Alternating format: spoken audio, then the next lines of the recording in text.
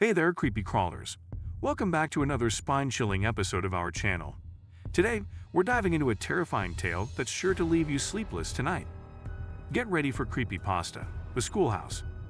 Now, before we explore the dark and eerie halls of this haunted school, make sure to smash that like button, subscribe, and ring the bell for notifications, so you don't miss any of our terrifying tales.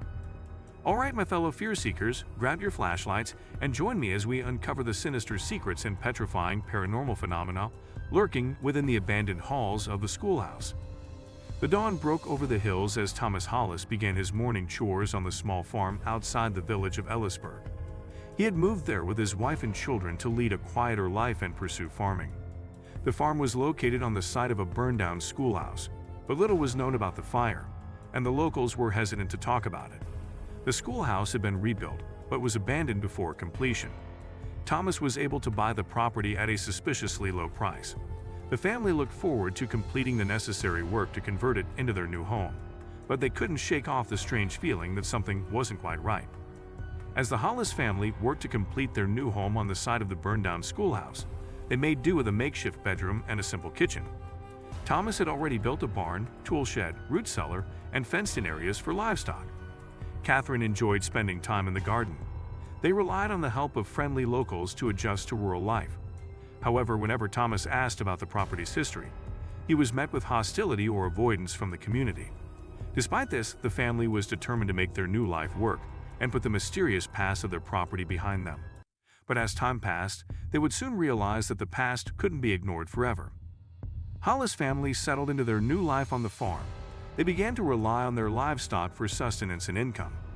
Thomas felt confident in his ability to care for the goats, cattle, horses, hogs, and chickens, and even had a few stray cats that helped keep vermin at bay.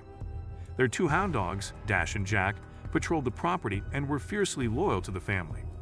But as the autumn temperatures cooled and the days grew shorter, strange things began to happen on the farm. The animals became restless and skittish, and the hounds barked relentlessly at the slightest sound. Thomas and Catherine brushed it off as just the natural tendencies of their animals, but something in the air felt off, and they couldn't shake the feeling that something sinister was lurking just beyond their fields. The Hollis family adjusted to rural life. Thomas and Catherine decided to homeschool their children due to the distance to the nearest schoolhouse. Catherine was patient and nurturing, and taught based on the children's interests and curiosity. Anna loved to read and often assisted Catherine in looking after her younger siblings. Benjamin had a love for the outdoors and enjoyed hunting small game and exploring beyond the boundaries of their property. Cora split her time between her siblings and enjoyed both of their personalities. She was gentle and kind, but also had a sharp sense of humor. Despite their different personalities, the siblings got along well and made the most of their rural upbringing. But as the days passed, the woods surrounding their farm began to feel increasingly ominous, and the family couldn't help but feel like they were being watched. On a chilling October afternoon, Benjamin ventured into the forest with his slingshot. As he listened for prey, he heard rustling behind him. The sounds grew louder and faster until he saw a monstrous figure charging at him. He stumbled and fell, only to realize it was Cora, laughing maniacally as she scared him. Benjamin's heart raced as he approached the smooth black rock, an eerie feeling sending shivers down his spine. He couldn't shake the sensation that something was off about it. As he attempted to poke it, swarms of flies emerged, a cloud of death hovering above them. The two siblings screamed as they ran back to the safety of their home, haunted by the memory of the dead thing they had encountered. But the horror didn't end there. As the family settled down for the night, a sense of dread permeated the air, and the animals outside began to cry out in terror.